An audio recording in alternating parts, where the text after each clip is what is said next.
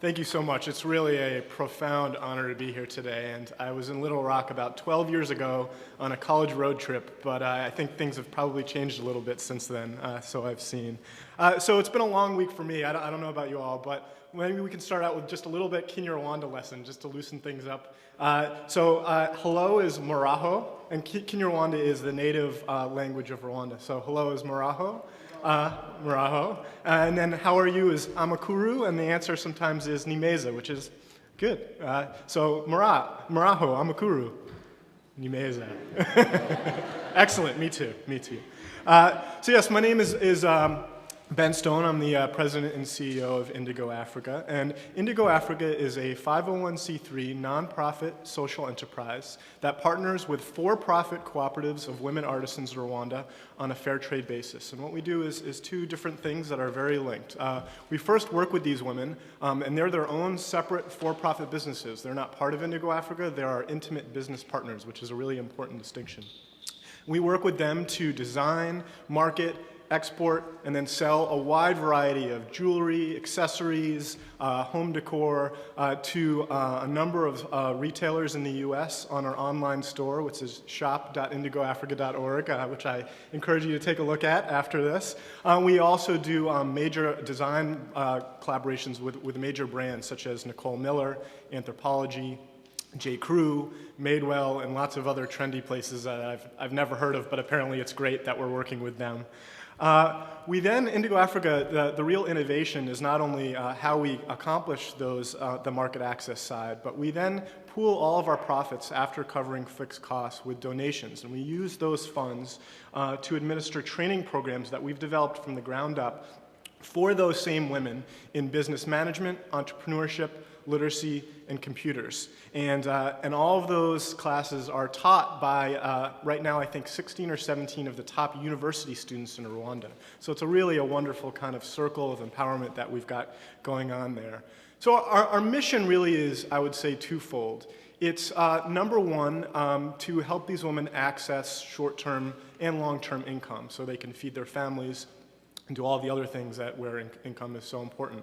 But beyond that, it's to follow up with education so they can gain the skills and the information and confidence so they can be doing two different things. One is that so they can be parties of equal bargaining power across the table of other people who are coming into Africa to buy products. They can be empowered, hardcore negotiators, which is very important.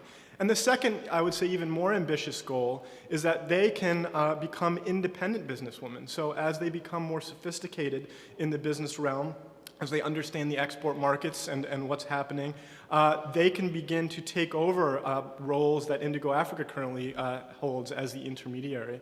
And we've seen, that's a very, very ambitious idea, but we've seen it come to fruition much quicker than we ever imagined, so it's very exciting. The second, more overarching goal of Indigo Africa is to really disrupt the conversation about how nonprofits should operate, what fair trade means, and what this idea of social enterprise is and what it can accomplish. And we're making some strides on that as well, and this is part of it, is having this conversation with people like you who are really interested in learning more. So it was mentioned that I was a corporate lawyer, so I think the first question is, how is it that a pretty dorky, admittedly fashion-challenged white male is now running a women's empowerment and fashion company in Africa? And that's a good question. So let me tell you a little bit about the background, and then I'll get a little bit more into the structure of how Indigo Africa works, and then I'll finish our little conversation today just giving some of my thoughts about social enterprise more generally, and maybe it can spark a conversation that we can then continue. So Indigo Africa started with my very, very close friend from college named Matt Mitro. And Matt grew up off and on in Africa because his dad was an executive at Chevron. So he lived in Nigeria for a number of years and Angola for a number of years. And while there, he really saw the entrepreneurial spirit of African women artisans. And it really struck him that it wasn't talent, it wasn't drive that was holding them back. It was lack of access, and lack of access to two very specific things. Lack of access to export markets and lack of access to education. And without those two things, they were really stuck with all these skills and everything else, but couldn't power through. So that was something that just kind of always stuck with him. And so we both graduated college, we both went to law school, we both went to major corporate law firms. He was practicing project finance down in Washington, D.C., and I was doing corporate litigation here in New York. And you know, we took, in a lot of ways, it was the easy route, and we went about our business. Fast forward in about 2006, Matt started having these conversations with myself and our friends and saying, listen, I have this idea. It's about linking the education and export markets and really helping these women, not through handouts, but through access and opportunity.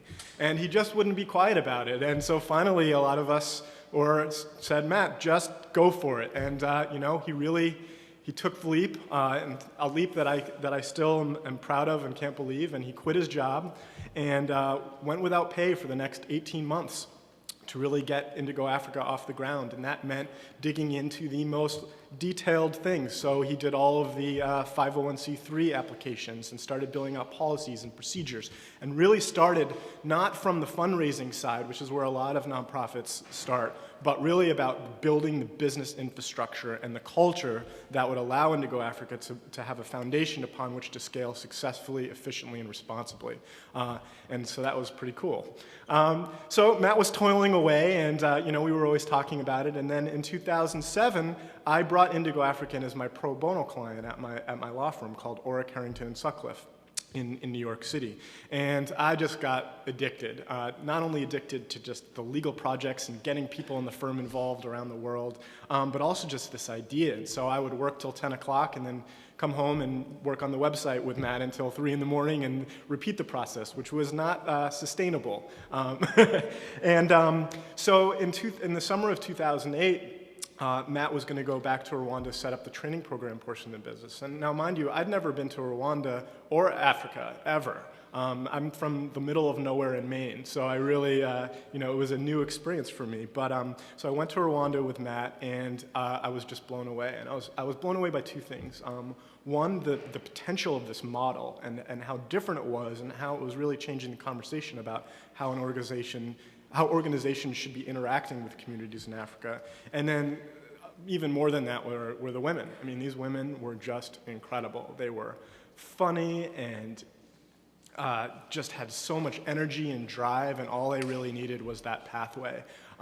So right then and there, I decided with Matt that I was going to take a 6-month leave of absence from my law firm and just help him get the business off the ground, because it was, you know, it's pretty complicated. And so I got back to my law firm, and I approached a senior partner who I was familiar with, and I knew that he knew what I was doing and had been to Africa. And I said, listen, I'm going to take 6 months off. You know, I'm basically going to bankrupt myself, but you know, that's cool. Life's short. And but A, will Orrick let me come back if that's what I decide I want to do? And B, is there anything that you guys can do to help me out? And amazingly, Orrick came back and they said, listen, why don't you go do this? And this is before the economy had its challenges too, so the incentives were different then. And I was billing 1 million hours a week. So they said, why don't you go do this full time for a year, and we'll pay you a small portion of your salary. And after I almost fainted on the ground, I said, yeah, that sounds awesome.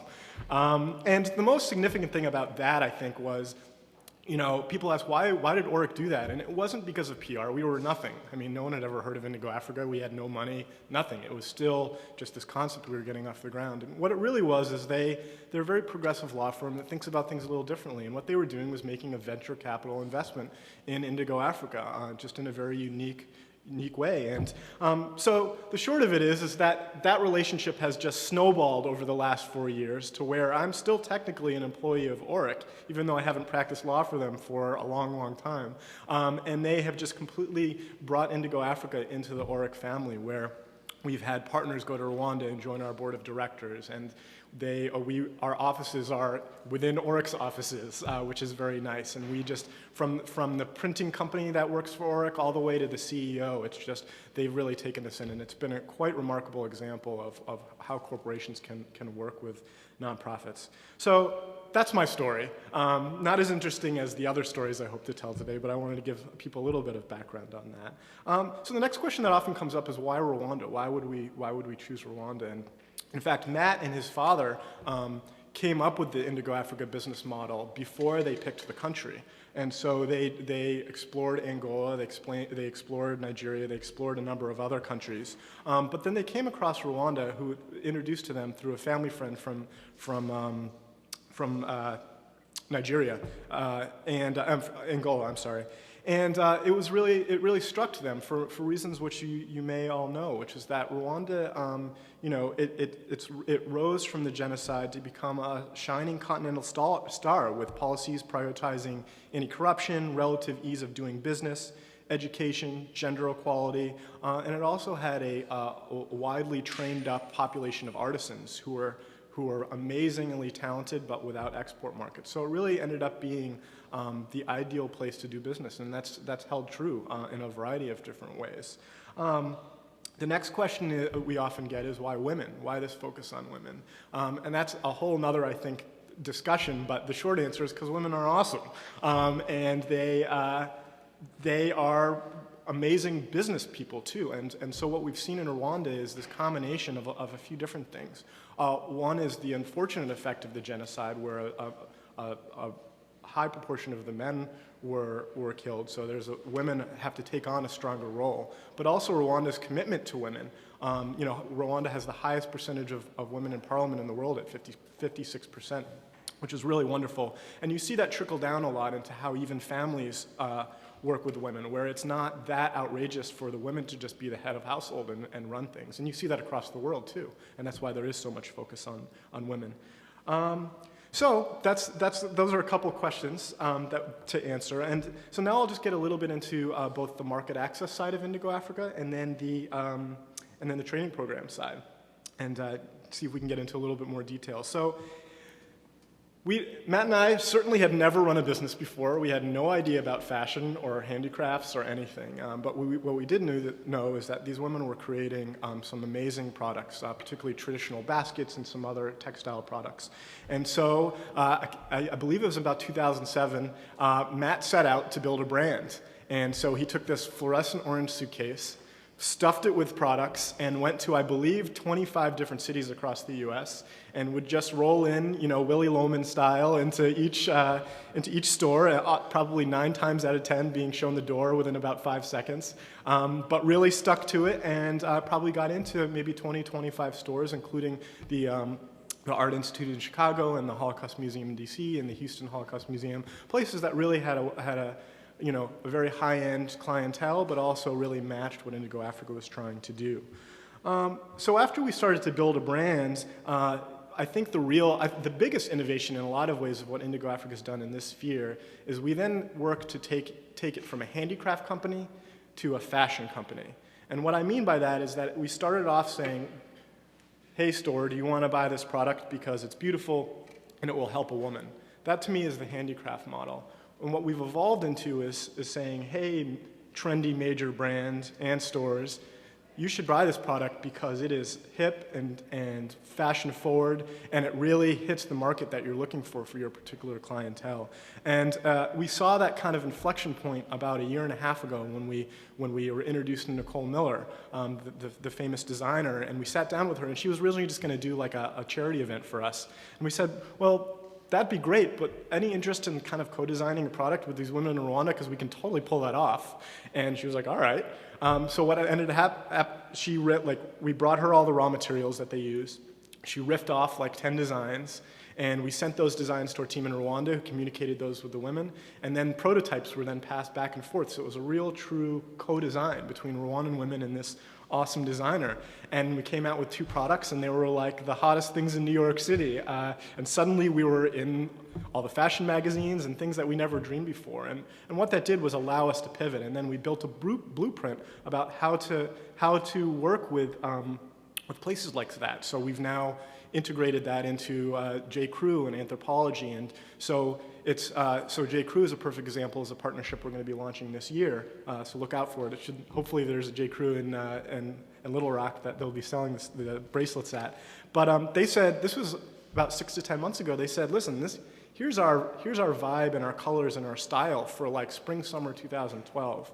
Like, how can you meet that market? So again, we worked back and forth probably 6 or 7 times with prototypes and kind of came up with something. that they really had they had skin in the game now because they really had been involved in picking the product and knowing that there was something that was going to meet the market. And at the same time, the women started to understand what the market was asking for as well, which is really helping them move along that change. So the other thing that we really try to do in the market access side is make sure that these are not loss leaders or one-off philanthropic partnerships with these major brands. So a lot of times they'll do an order with someone and they'll say, this is great, but they'll take a loss and then it's on to the next thing. And what we really want is for brands to be not only reordering, but doubling and tripling their orders. And the way we do that is by delivering what we say we'll deliver, but most importantly, making sure that every party along the supply chain is making a profit. From the women, of course, Indigo Africa.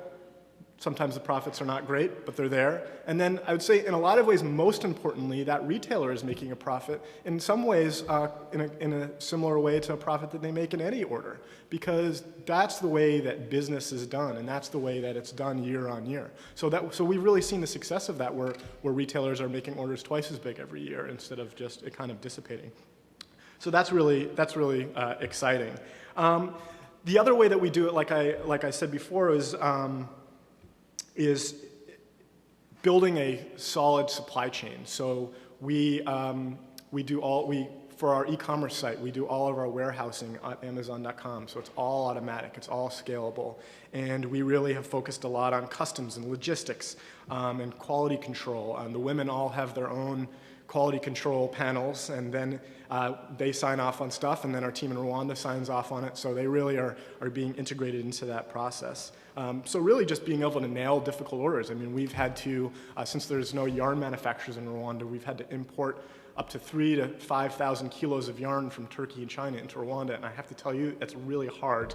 But we've pulled it off so far, and it's been great. And finally, on the market access side is fair trade, which is really important. And I'll say here that, I think that the idea of fair trade has been diluted in a lot of ways. Fair trade is not just buying and selling from poor or developing communities, and I think that's how it's looked at a lot. Fair trade is there's a very specific criteria that companies need to follow to be fair trade. It's really working off of a living wage for the women and making sure that that's what they're getting paid for their services, and sharing of the commercial risk. So we pay the women 50% in advance of production, and then 50% when the products are delivered to us in Rwanda. And that's a lot more equitable than saying you get the remaining 50% when it's, say, sold in the US. That doesn't work well for women. So that's that side of the company. The other side is the training programs. And the training programs are, in a lot of ways, my favorite part because I understand education a little bit more than I understand fashion. And so our training programs cover a variety of different areas. But the most important is business management because that's all about how they can run their for-profit businesses better. So we get into record keeping, budgeting, pricing, payments, banking, governance, government licensing. And once a particular cooperative starts to grasp these principles and move along that spectrum of sophistication, the curriculum moves to more entrepreneurial stuff. So market analysis, trends, pricing, profit margins, shipping, contracts, business communications, public relations, marketing, every business school. And it's really cool in that as they become more sophisticated, the idea is that they'll be taking some of those steps along the supply chain off of Indigo Africa's plate and becoming more integrated into that supply chain. And that's true success. And the idea really for Indigo Africa is to put ourselves out of business as it relates to each cooperative. And as we do so, and our bandwidth frees up, we then move on to other cooperatives who are starting from more difficult circumstances. And that is something that's been happening, although it is a long game. This is not a 1 or 2 year project. It is a decades-long project, and everyone is in it for the long term. We also, Generation Rwanda is an international NGO that we work very close with. They provide scholarships for some of the more socially vulnerable young students in Rwanda to go to university. And these are like the tip-top students. I mean, I think they accept like 1% of their applicants. And so they've already done the vetting, and then we accept applications from them. And those are the students who teach our training programs. And it's been a wonderful thing. We do a lot of mentoring and career development and also training of the trainers. So how adult learning, how do you teach older women stuff, half of whom are illiterate? And then also participatory learning. Rwanda is moving away from this, but it used to be very rote memorization education system. So we do lots of exercises and, they do lots of skits and back and forths and The women do presentations, and they love it because there's lots of laughter and integration. We've also last year with our education programs developed an incredible partnership with Goldman Sachs 10,000 Women program, and what they do is they provide scholarships around the world in developing countries for women to enter the local academic institution and have basically a 6-month expedited MBA program. And the wonderful thing about our partnership with them is that our training programs are meant to help women who are starting from very difficult circumstances kind of make their way through the equivalent of like elementary school, junior high, and then high school. But we can only do so much. And so these top women leaders who are kind of just cruising through our programs now have the ability to go and get the equivalent of university and business school education, which has just been awesome.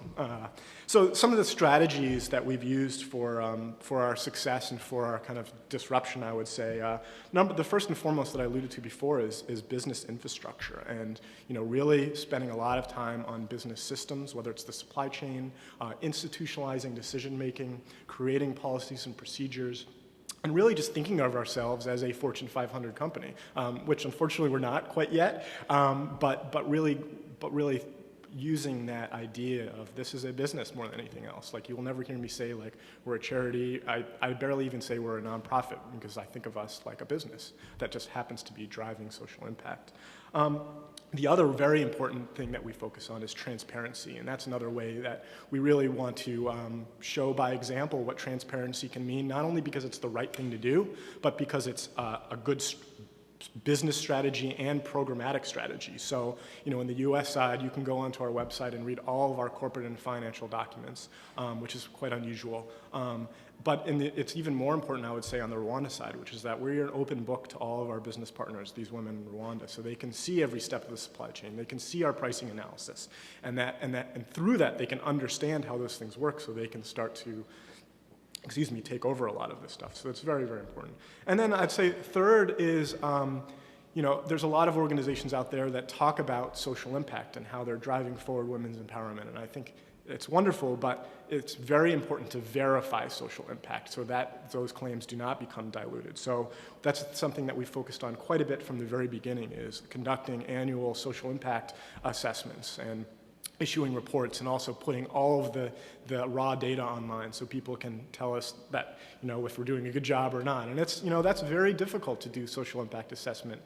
It's hard to find objective standards upon which to base your measurement, and it takes a ton of bandwidth. And for a scrappy little company like us who's getting bigger and who's competing a lot in the for-profit space, that in a lot of ways it's a competitive disadvantage. But we like to think of it as a competitive advantage in terms of driving real social impact.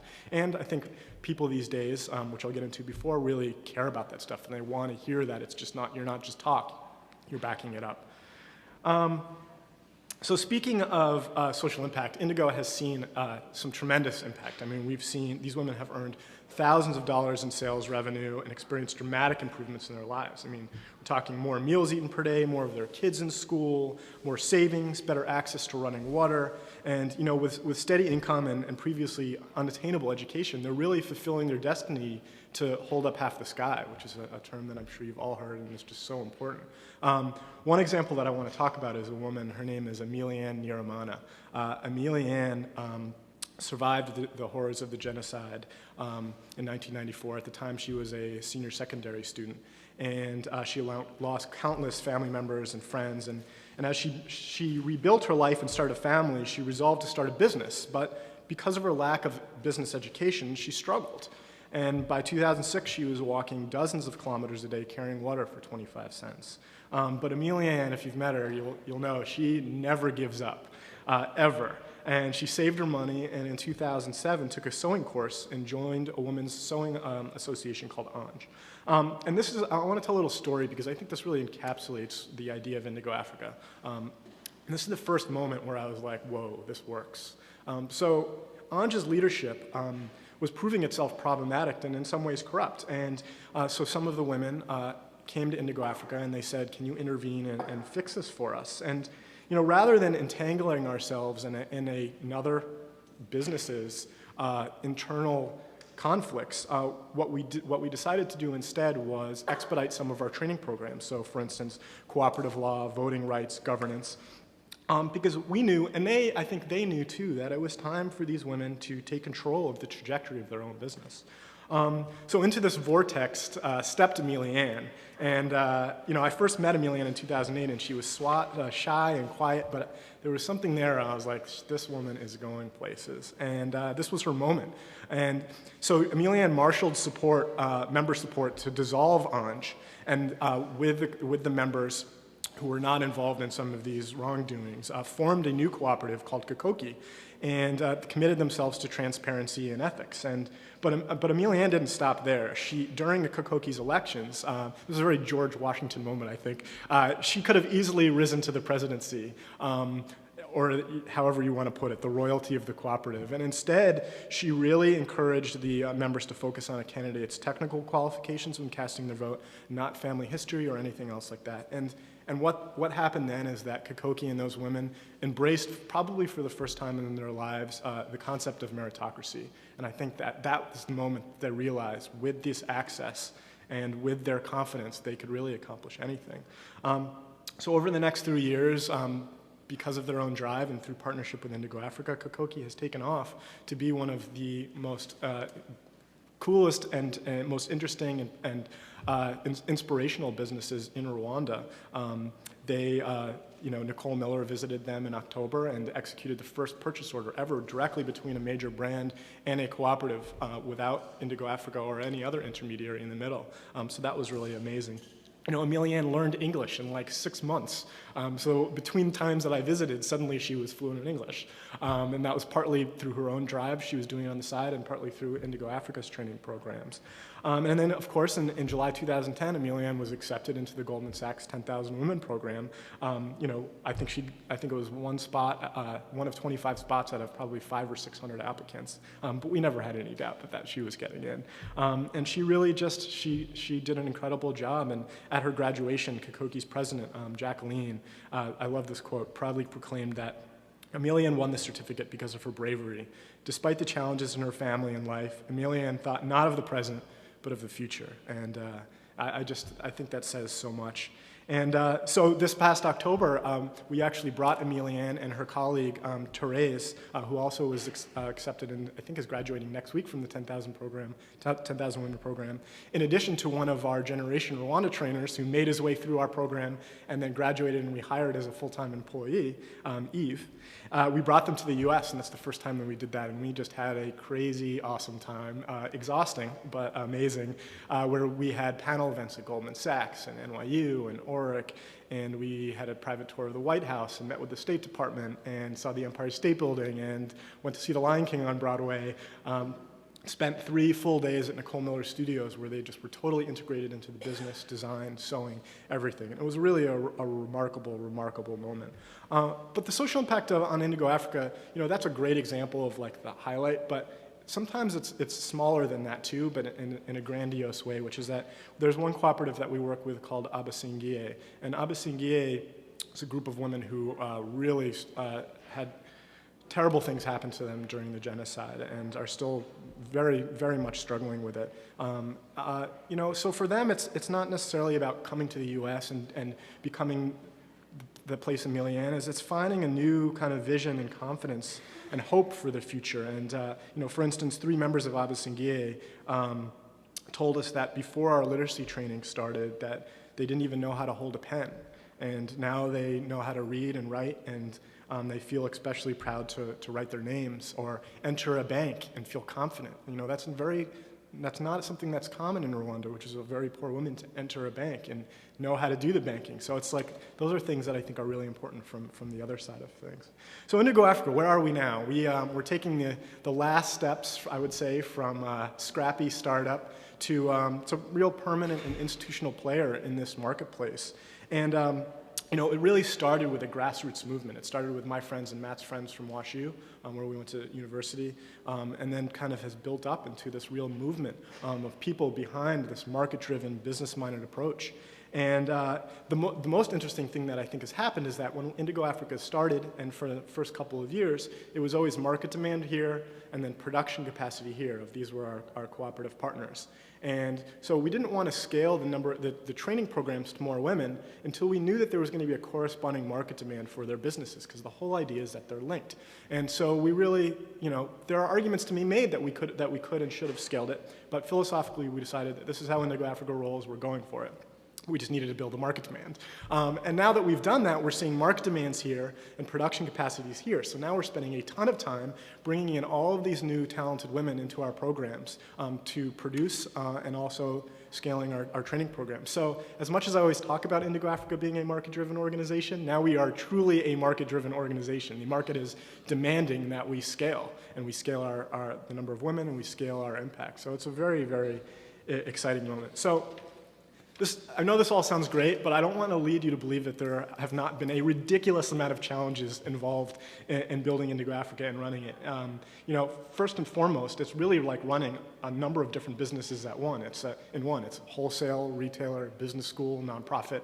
There's a reason why I may seem energetic right now, but inside I just want to kind of go to sleep, because all we do is work and just power through on this stuff, and it's pretty incredible.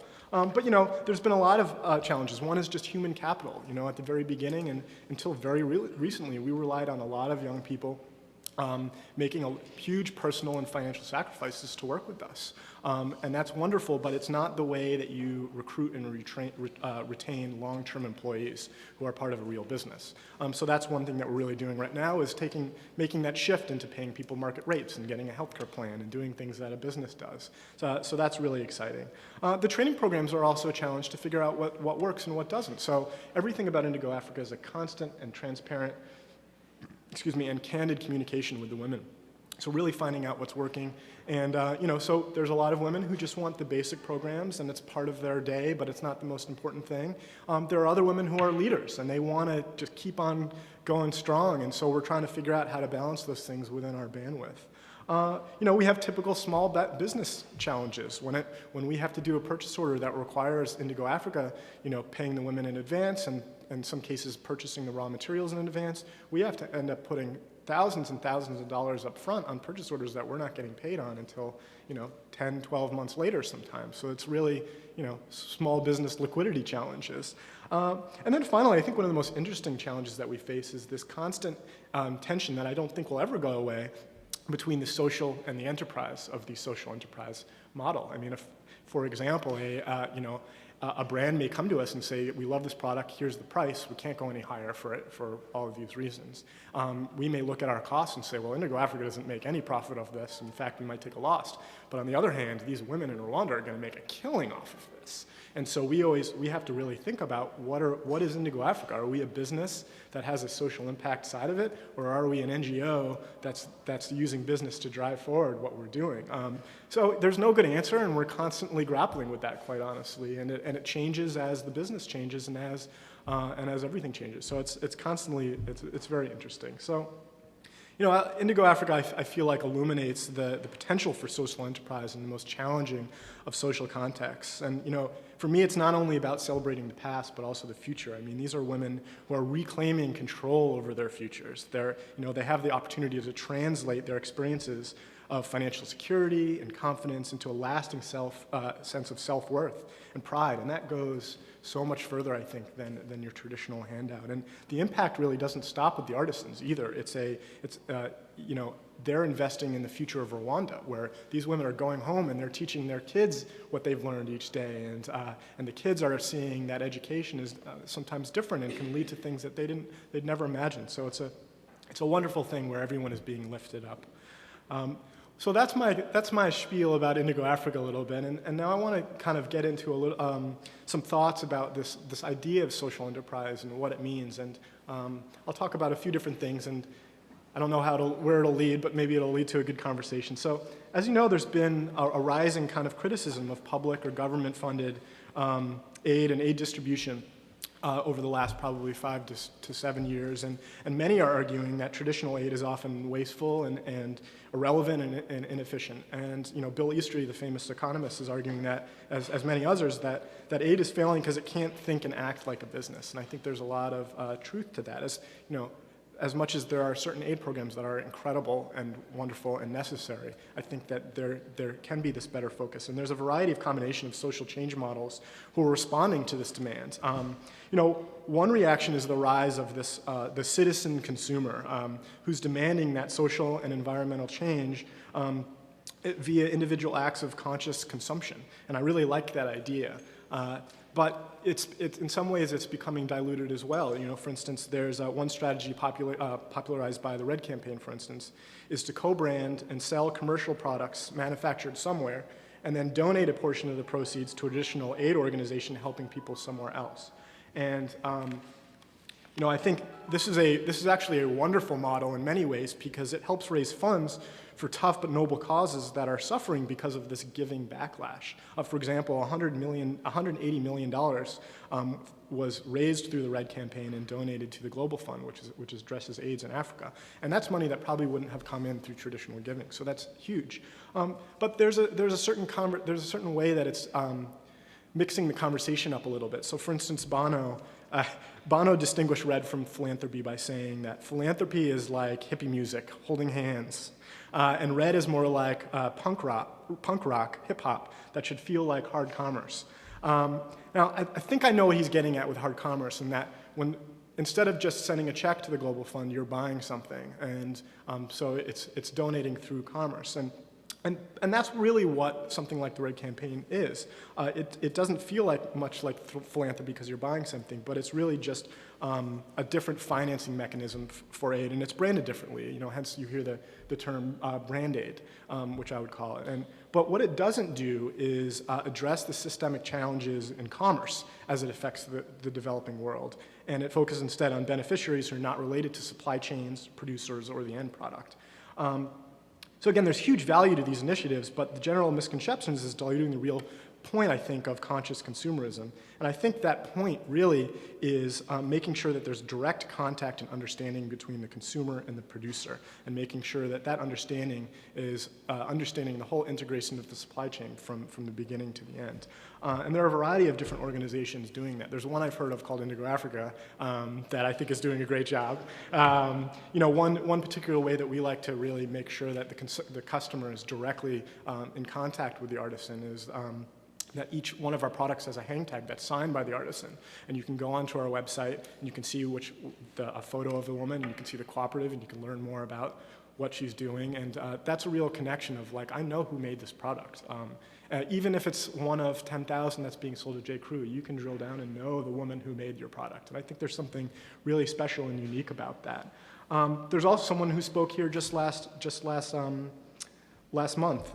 Patrick Woodyard is doing some great stuff with shoes that I really appreciated hearing about. There's a company called Vision Spring that's providing eyeglasses and eyeglass entrepreneur kits around the world, and we partner with them to get a lot of our artisan partners eyeglasses, which for someone whose biggest fear is getting stuck without his contacts or glasses on a deserted island, that's a big deal. And there are other companies who are connecting in a better way, producers and retailers. There's a company called Supply Change that we've really started to love and worked with. But most importantly along this change, the most important thing to being a conscious consumer is asking tough questions. Just really asking tough questions and demanding transparency, because there are a lot of organizations out there who are talking about fair trade, talking about empowerment, but it's the consumer's obligation to ask the questions and drill down whether that's actually true or not. Because if it's not true, it's taking away resources and funds from other organizations where it may be true. As a quick aside, as you know from Indigo Africa, we believe that access to markets is not enough in a lot of circumstances, particularly in the most vulnerable communities. And so we really think education must be a part of that. And we're seeing a lot of big companies these days, I like to think following Indigo Africa's lead, but that may be a little ambitious. For instance, American Express Open focuses a lot on small businesses domestically.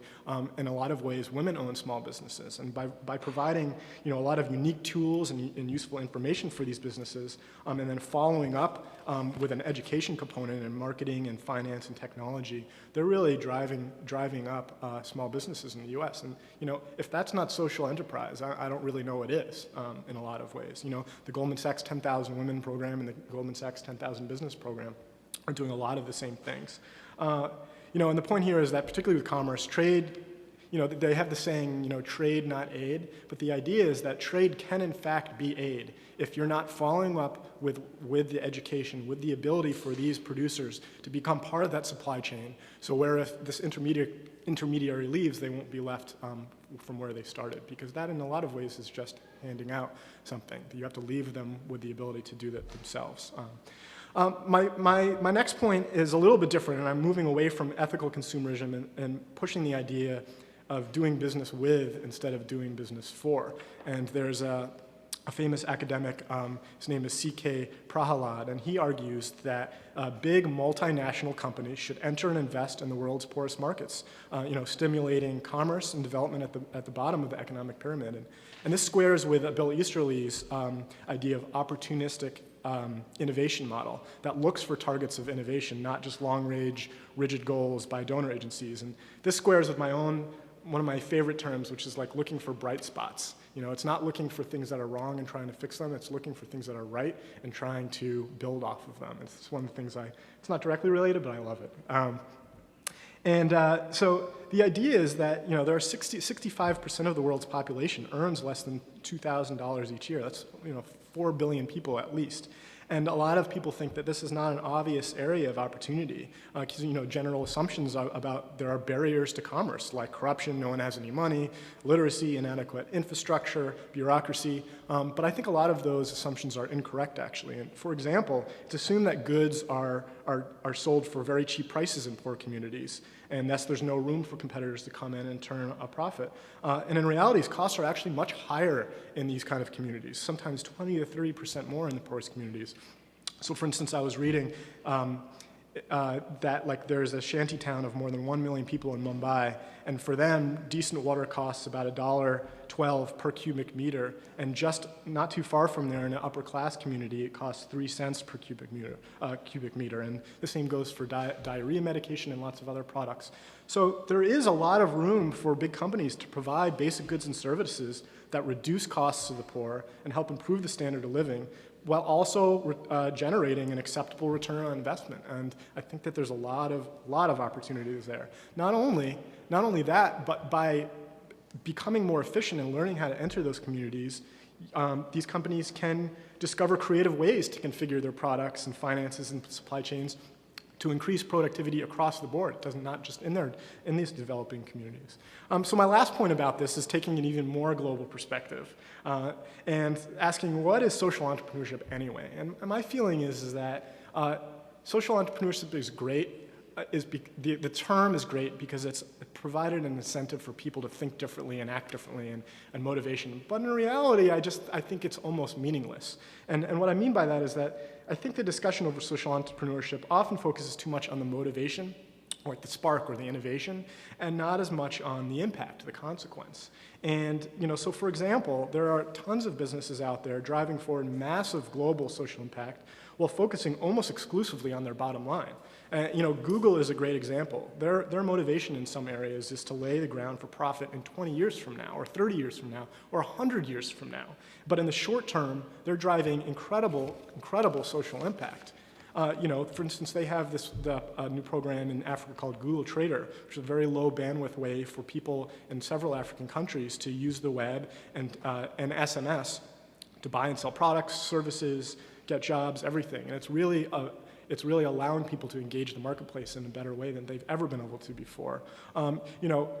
Matt Mitro, who I talked about before, the founder of Indigo Africa, about a year ago left to join Google in London. He's now the university program specialist for Africa and the Middle East. And his job is all about this kind of long-term social impact. He is the ambassador between Google and all the academic institutions in Africa and the Middle East. And what he's doing is building that human capacity and human capital helping recruit the top students there, and then also working with Google to develop and upgrade infrastructure at these schools, whether it's bandwidth or anything else. And that's not, his mandate is not to get profits for Google, it's to just build this infrastructure. And that's playing the long game, and it's playing a market-driven long game, which I really appreciate. And then not to use Google as this example, but I think they are a good example, but like Eric Schmidt just the other day wrote or said that, while Google only employs about 30,000 people around the globe, which is a fraction of places like Caterpillar or Boeing, they've indirectly generated millions of additional jobs and trillions of dollars in wealth by offering up a valuable platform for commerce to more efficiently work. And I think that's really important. And again, if that's not social enterprise, I don't know what is. That to me, that fits the idea of social enterprise. Even Facebook, is even more indirect. Their whole mission, and you can see that in their IPO filing yesterday, they make a point of it. They may have other reasons for doing that, but the idea is that Facebook is all about the social mission. It's also about a lot of money these days, but it's about opening the world and making it a more connected place. In a lot of ways, that can drive more social impact than any of the other kind of social enterprises that you think of more traditionally. And this kind of idea of social enterprise can be analogous to the Transcontinental Railroad or the Cotton Gin or Henry Ford, and that's kind of what I think about a lot and what I think is a really exciting way to look at it. So in conclusion, a lot of people ask me, particularly students, like, that sounds great, Ben, but what advice do you have for us? And so I have two pieces of advice that I've mostly gained from the women in Rwanda, actually. The first one is get nerdy. And I mean that in the best way possible.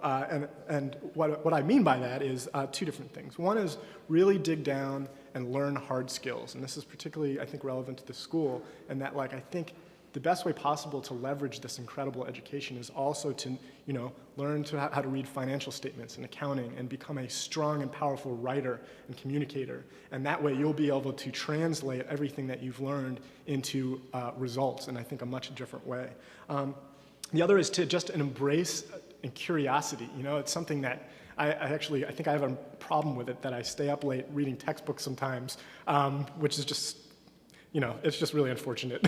But the idea is that you just have to embrace it, because that's where you grow every day and really get into spheres that you never could have imagined and excel in them.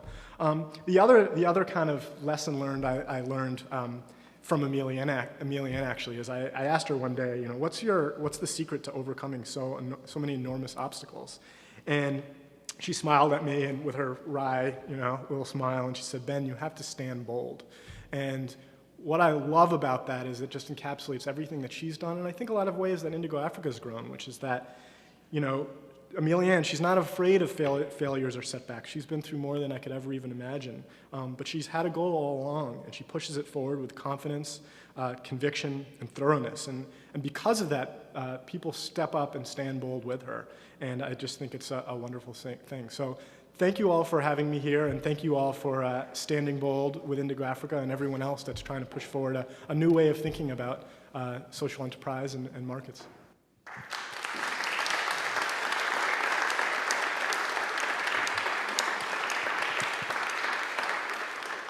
Thank you, Ben. We do have time for some questions. If you raise your hand, we'll get a microphone to you. Mark, we'll come to you next. Hi, my name is Matt Lyon. I'm a first-year student at the Clinton School. Thank you very much for coming. I've got two questions. The first is, do you need help this summer? And number two, I'm just curious a little bit more about how you develop the cooperatives, if this is more of the women doing it, or do you come in and kind of cultivate that, and the management of the cooperative itself? Yeah, no, it's a great question. The first question is yes, we always have internships, so talk to me after. Second is, I love that question because it allows me to hammer home the idea that these are separate, independent, for-profit businesses. So the idea is that Indigo Africa really prefers not to partner with groups of women who haven't already shown the intent to work together, and even better, already formed themselves into a cooperative, which is actually a technical corporate form. in Rwanda. There's one exception, this group called Abasingiye, and you can read about them on our website, and there was good reason why we helped them form as a cooperative. But otherwise, we don't want to be the NGO that comes into a community and says, hey, all of you random women, you should be running a business together, because that's not how business ever works. And I don't think it's a way of helping these women in the long term. Mark. Hi, thank you so much for being with us. My name is Mark Peters, and I'm also a student here at the Clinton School. My question is, it seems like part of what makes you sustainable is that you've found a way to bring in income as opposed to donations. And I was wondering if you could talk a little bit about those two different models of running a nonprofit, like generating income versus trying to fundraise all the time. Mm-hmm. Well, it's a lot more time consuming because we really are focusing both. And like I said, what Indigo Africa does is we use the profits generated or the revenue generated from the market access side to cover all of our fixed costs. So that's raw materials, paying the artisans, shipping, a bunch of other stuff, and in part an allocation of the employees' salaries who are focused on that stuff too. And then we have that chunk that's then left over sometimes that we pool with donations. So we really are focused on these two things. And one thing I'll say is that I think in terms of making a case why we're a really great investment on the philanthropy side is that someone can make an investment in us, and it's not just education component. There's already a working and profitable economic development program going on already. It's just adding on to that. Megan.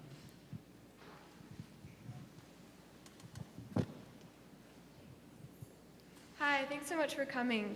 So you mentioned that in the early days of Indigo Africa, the business plan was written without even the country having been chosen. So I was wondering if you could talk a little bit about transitioning from having a generic business plan into having one that's actually working on the ground, and if you were surprised by any of the things that you found once you actually got to Rwanda that didn't really coalesce with the business plan you had written. Sure.